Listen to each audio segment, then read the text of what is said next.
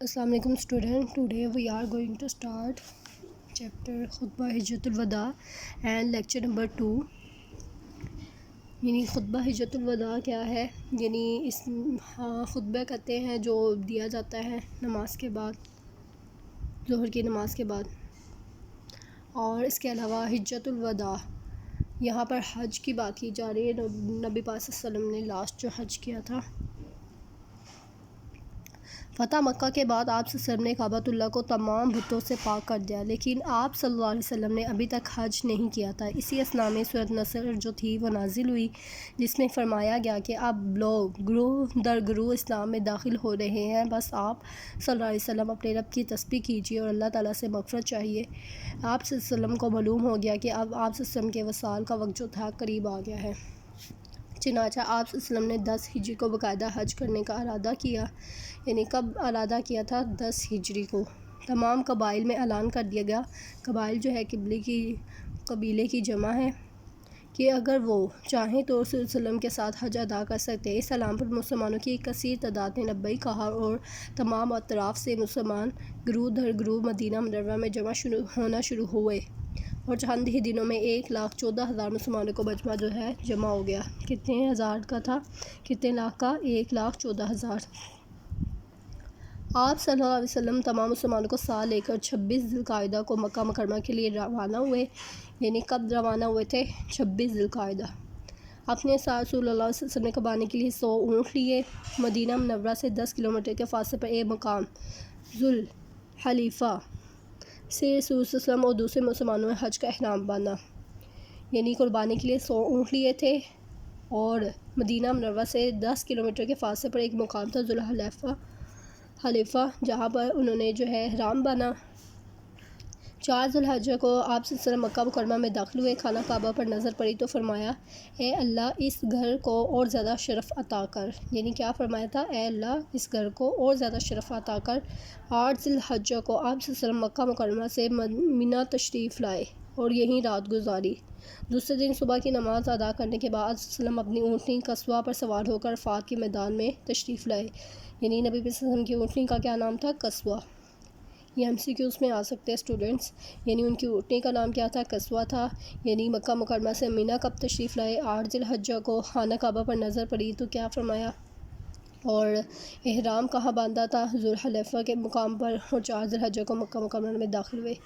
اس دوران آپ صلی اللہ علیہ وسلم ہر موقع پر لوگوں کے سامنے حج کے مسائل کی وضاحت کرتے رہے. رسول اللہ صلی اللہ علیہ وسلم نے زندگی میں صرف ایک حج ادا کیا. یعنی کتنے حج ادا کیے تھے؟ صرف ایک. اور اس کے چند ماہ بعد آپ صلی اللہ علیہ وسلم کا وصال ہو گیا.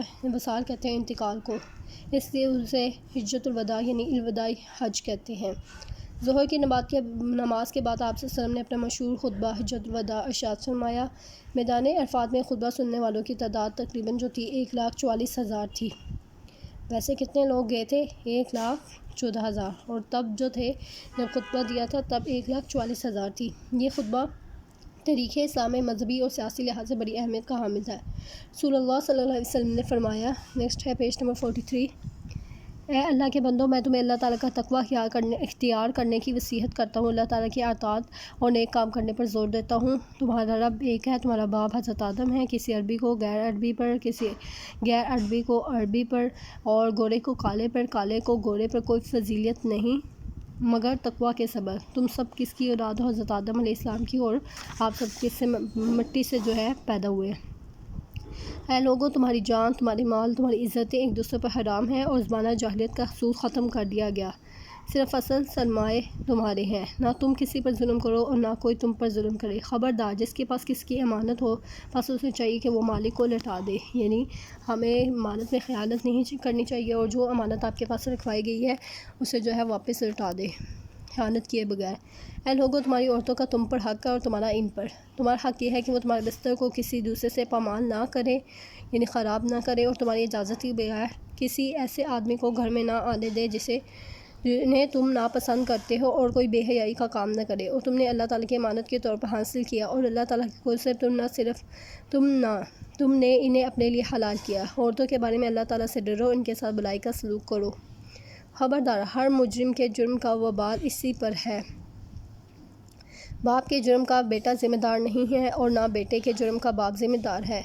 اور یعنی انہوں نے بتایا کہ عورتوں کے بھی بہت زیادہ حقوق ہے، عورتوں کے ساتھ بھلائی کا سلوک کریں، اور اس کے علاوہ ان پر جو ہے اور کوئی بھی مجرم کے جرم کا وبال ہوتا ہے اسی پر ہے، نہ تو باپ کے جرم کا جو ہے بیٹا ذمہ دار ہے، اور نہ ہی بیٹا باپ کے جرم کا جو ہے ذمہ دار ہے۔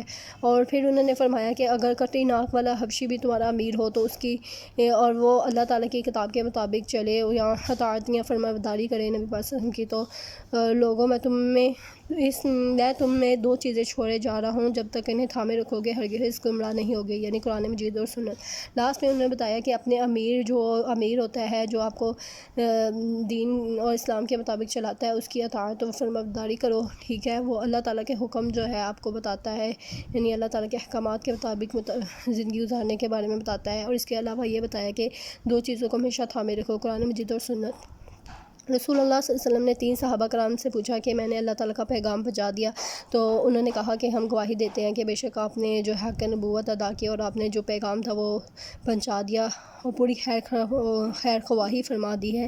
یہ سن کر آپ صلی اللہ علیہ وسلم نے اپنی شہادت کی انگلی کو آسمان کی طرف اٹھایا، پھر 3 مرتبہ فرمایا کہ اے اللہ تو گواہ رہنا، پس جو یہاں موجود ہے وہ اس پیغام کو ان لوگوں تک پہنچا دے جو یہاں موجود نہیں ہے، یعنی پھر انہوں نے گواہی لی کہ میں نے جو پیغام تھا نبی پاک صلی اللہ علیہ وسلم نے جو ہے لوگوں سے وہاں پر جو صحابہ کرام تھے وہاں سے گواہی لی کہ کیا میں نے آپ لوگوں کو سارا جو تھا جو پیغام اللہ تعالیٰ نے مجھے دیا تھا میں نے آپ کو دے دیا، تو انہوں نے پھر گواہی دی نبی پاک صلی اللہ علیہ وسلم کے حق میں۔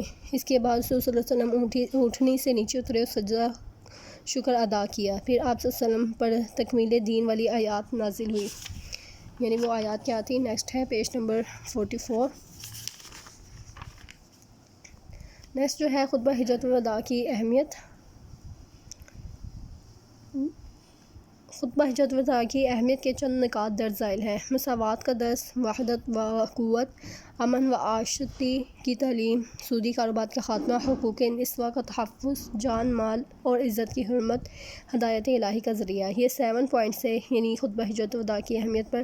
سب سے پہلے مساوات کا درس، یعنی غلام آقے کی برابری نہیں کر سکتے، لوگ سرداروں کے ساتھ گفتگو کرنے کا حق نہیں رکھتے تھے، یعنی جیسے کہ عام لوگ، تو حضور صلی اللہ علیہ وسلم کی ساری سرحدیں جو ہے توڑ کر انسانوں کو برابر کر دیا اور فضیلت کا معیار سے تقویٰ کو قرار دیا، یعنی تقویٰ کے سبب جو ہوتا ہے انسان ہوتا ہے فضیلت رکھتا ہے۔ نیکسٹ انہوں نے بتایا وحدت و قوت کہ انسانیت کا اتحاد اسلامی بھائی چارے پر مشتمل ہے۔ اس خطبے میں آپ صلی اللہ علیہ وسلم نے رنگ نسل کے جھوٹے امتیاز کو مٹا کر، یعنی جو فرق تھا رنگ و نسل کا اسے مٹا دیا، اور اسلامی معاشرے میں قوت پر یعنی بھائی چارے پر جو ہے زور دیا۔ اسلامی قوت وہ رشتہ ہے جو تمام دیگر رشتوں سے برتر ہے۔ آگے انہوں نے 3rd پوائنٹ دیا ہے امن و آشتی کی تعلیم۔ اس خطبے میں امن و آشتی کی تعلیم دی گئی کیونکہ یہ بات تہذیب و تمدن و سماجی ترقی کی بنیاد ہے۔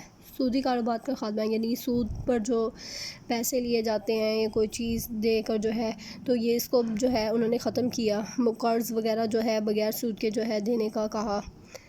اور نیکسٹ جو ہے حقوق نسواں کا تحفظ، یعنی عورتوں کے حقوق کو پامال نہ کیا جائے، عورتوں کو تحفظ دیا جائے، یعنی بنیادی حقوق کا تحفظ دیا، اور اس کے علاوہ یہ تعلیم دی گئی کہ ان کے ساتھ بھلائی کا سلوک کرے۔